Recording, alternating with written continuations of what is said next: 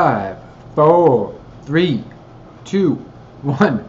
Hello, YouTube. I'm Dan Salem, live on BuzzChomp channel. Here to talk the NFL. We are kicking off Thursday night, which means I gotta make my Super Bowl predictions. Oh yeah. But first, I'm gonna go live on Facebook so the rest of the world and my fans, our fans, can join us. And we're live in 3, 2, 1.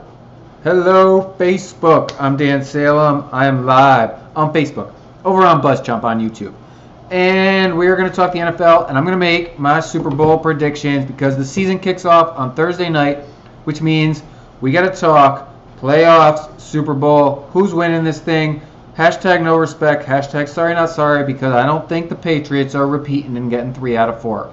Nuh-uh, not gonna happen. Sorry, not sorry. Okay, I'm on YouTube, BuzzChomp channel. I'm on Facebook, at The Dan Salem, Facebook Live, Facebook Mentions. I am going to tweet it from my personal account, at The Dan Salem. I'm going to retweet it from BuzzChomp's account, at BuzzChomp, with an extra Z for good measure.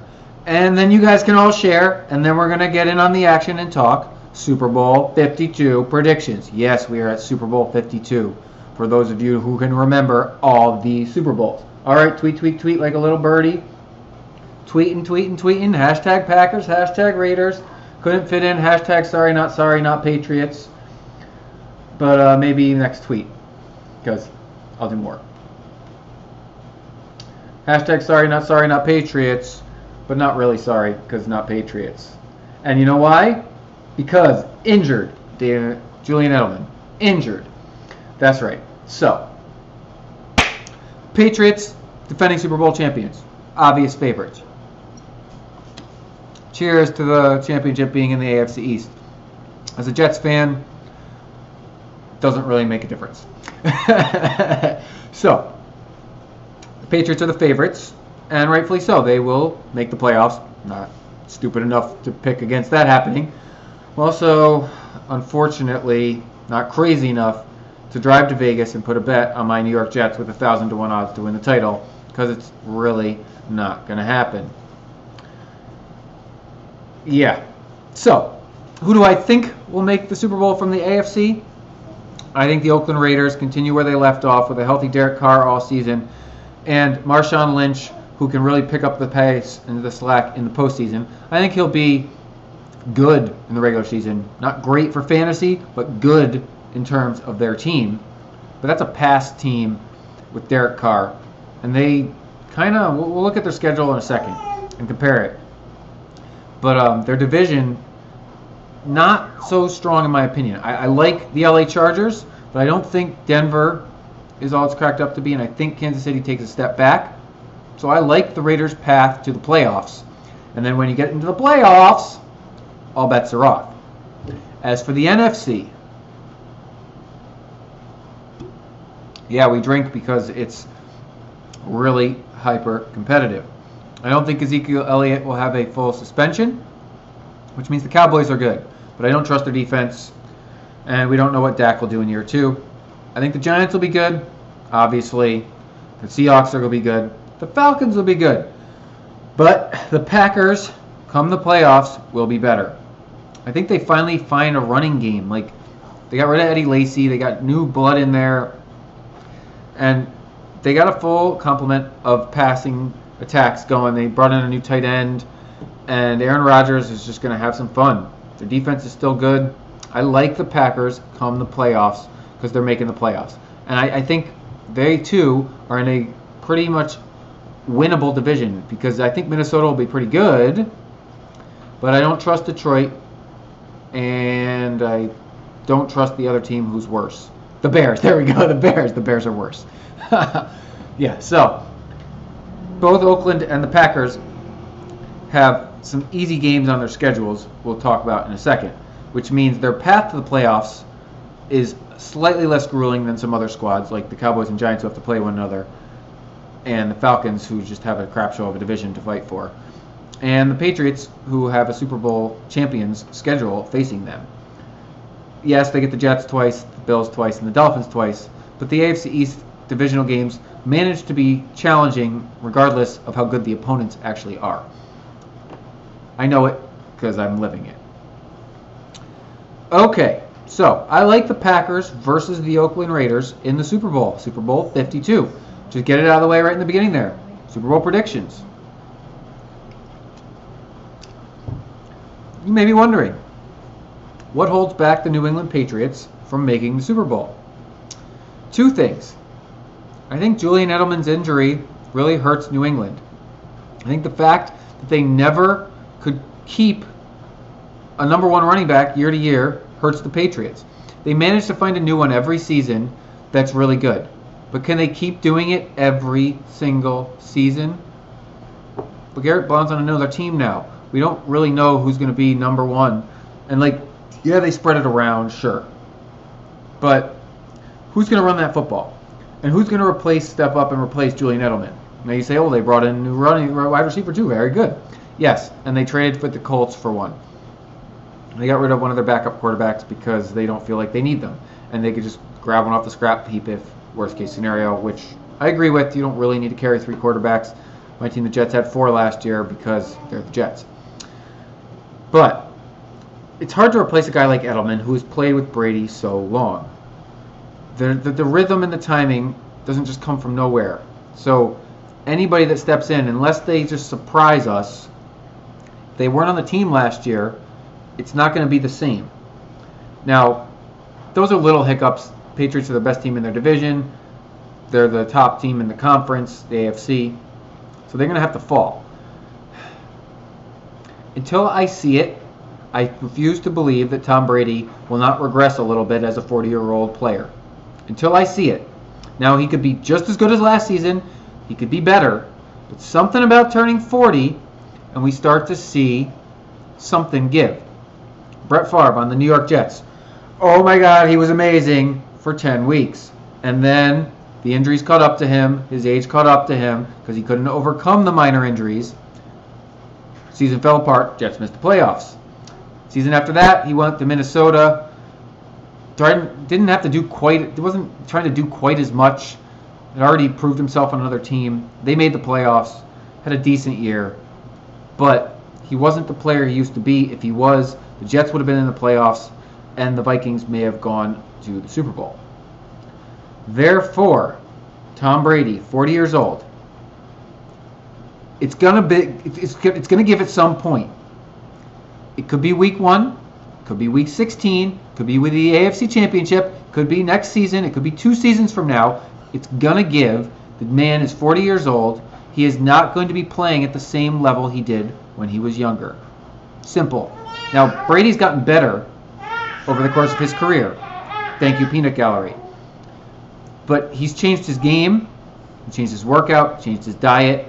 So he changed his style of play to compensate for the fact that he needed to complement his strengths, suppress the weaknesses.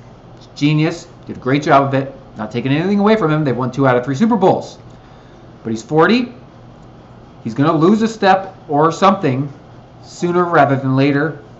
I don't believe the Patriots make the Super Bowl because once the weather gets cold and in the playoffs, Derek Carr's a young man. Tom Brady's not.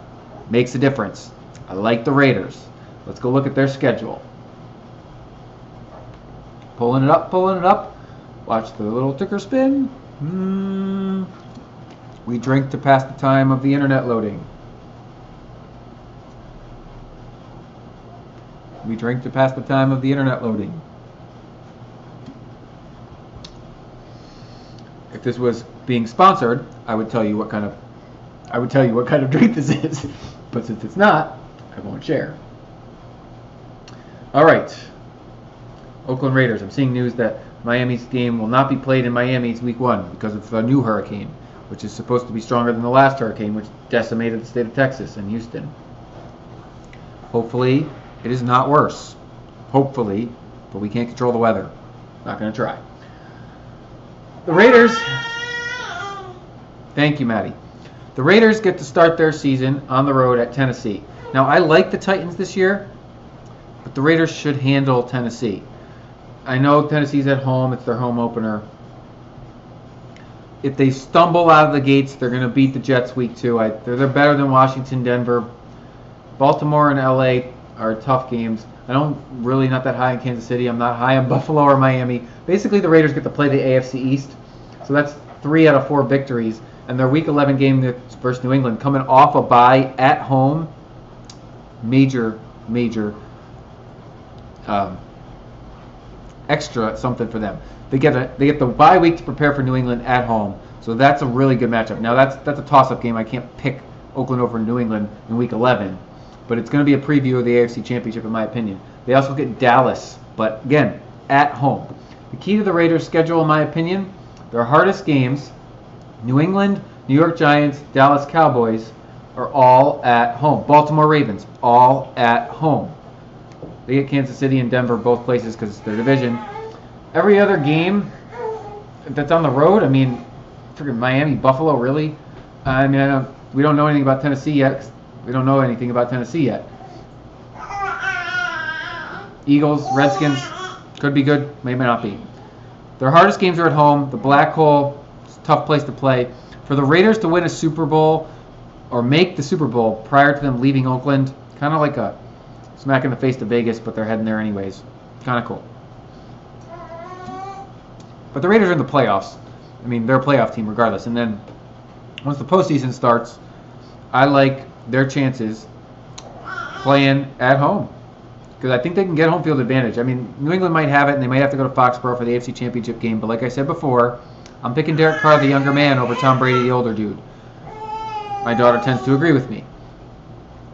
Okay, so we've looked at the Raiders. Now, why do I like the Green Bay Packers more than the rest of the NFC? The NFC feels it's a stronger conference. It's not so top heavy, because there's like 3 or 4 really good teams in the AFC, and then everyone else could be halfway decent or is bad. There's some of those teams that could be really good, but we just don't know until the season gets underway.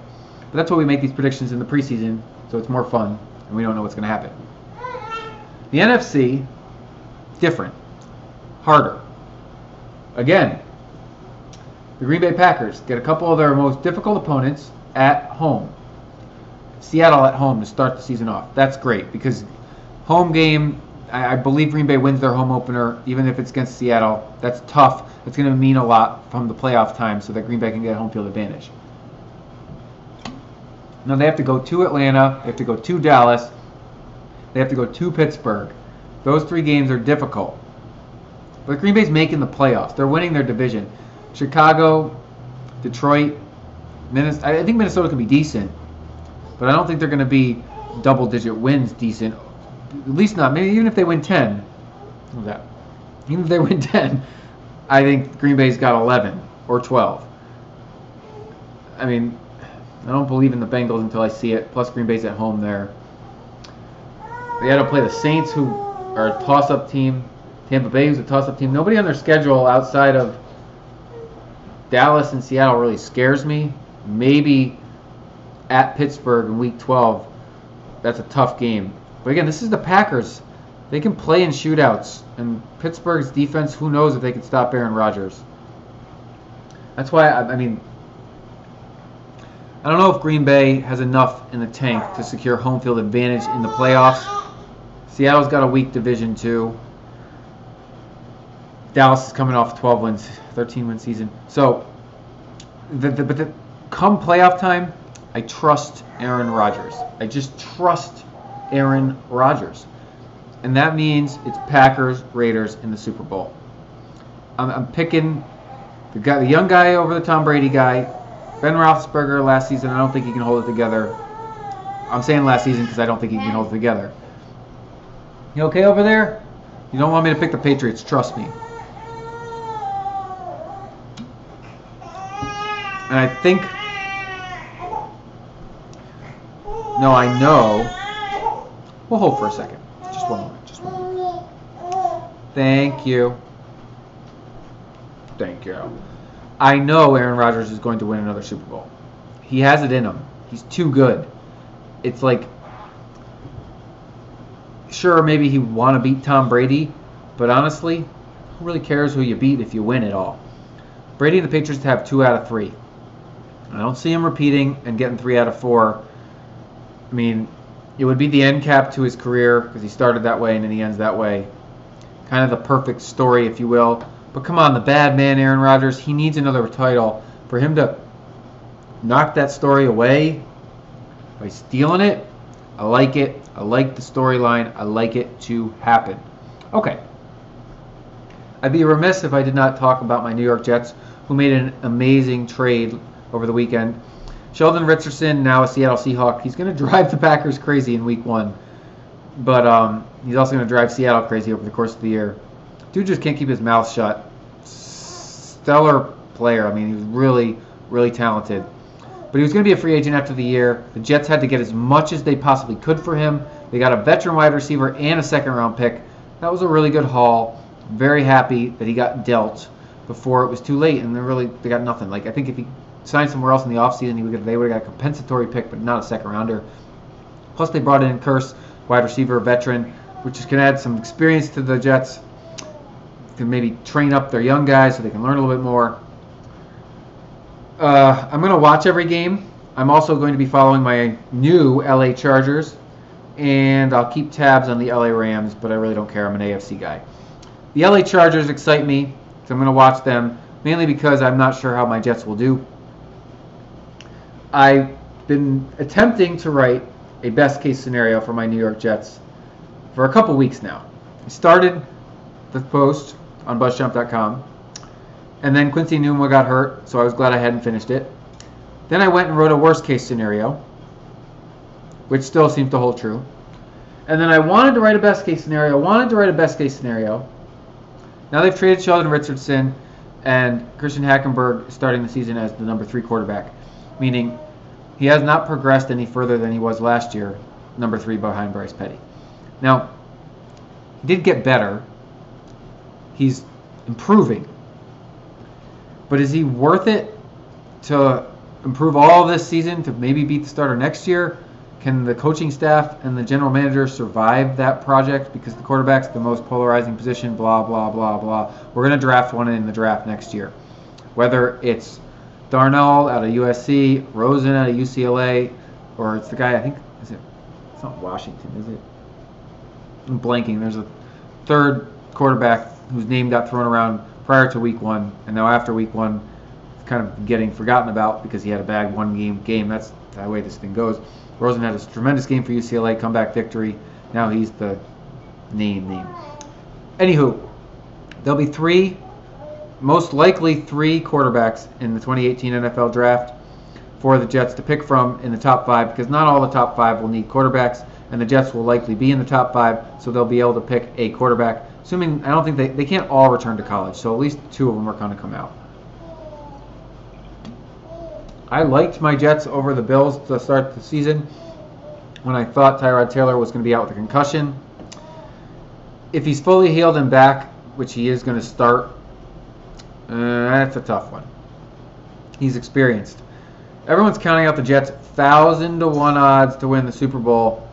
Now, I don't believe they're going to win the Super Bowl, but there is a scenario in which this team can make the playoffs.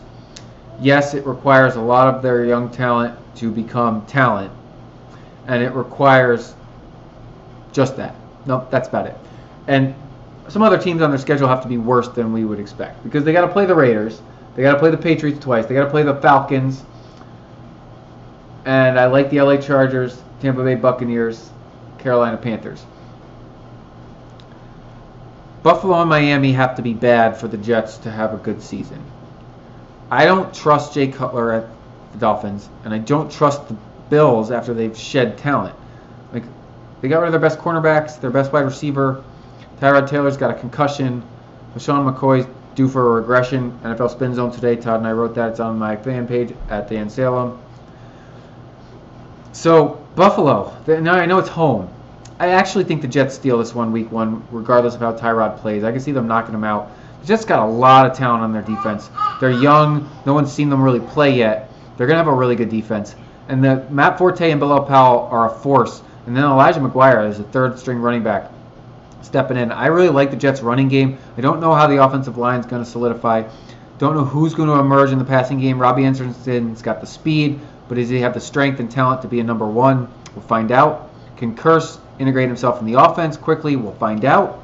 But I like the Jets' chances against Buffalo. I'm not kidding myself. The Raiders are a better team in week 2. Then Miami, Jacksonville, Cleveland. That could be 3 straight wins for the Jets. Imagine them heading to the face the Patriots at home. 4-1. It's probably not going to happen. More likely they're 3-2 or 2-3. But I'd be surprised if the Jets don't get at least 2 victories in their first 5 games. They could easily get 3 because I think they beat Buffalo or Miami, and I don't like Jacksonville or Cleveland. I don't care what you think. We got a good defense, and that shuts people down. We can score some points. So I'll be following my Jets along with the rest of the league because #Jets stink, potentially, for the remainder of the season. We kick off Thursday night. The Patriots play. I will be rooting against them because they're the defending champs, and we root against the defending champs unless they're our team. It's just how it goes. Also, go LA Chargers. Hell yeah, I don't have a hat. I don't have anything, but yes, you've moved up the coast, and I am rooting for you. Yankees took 3 out of 4 from the Red Sox over the weekend. Only 2.5 games back in the AL East. This is becoming a dogfight. We'll be keeping tabs on it throughout September and into playoff baseball next month.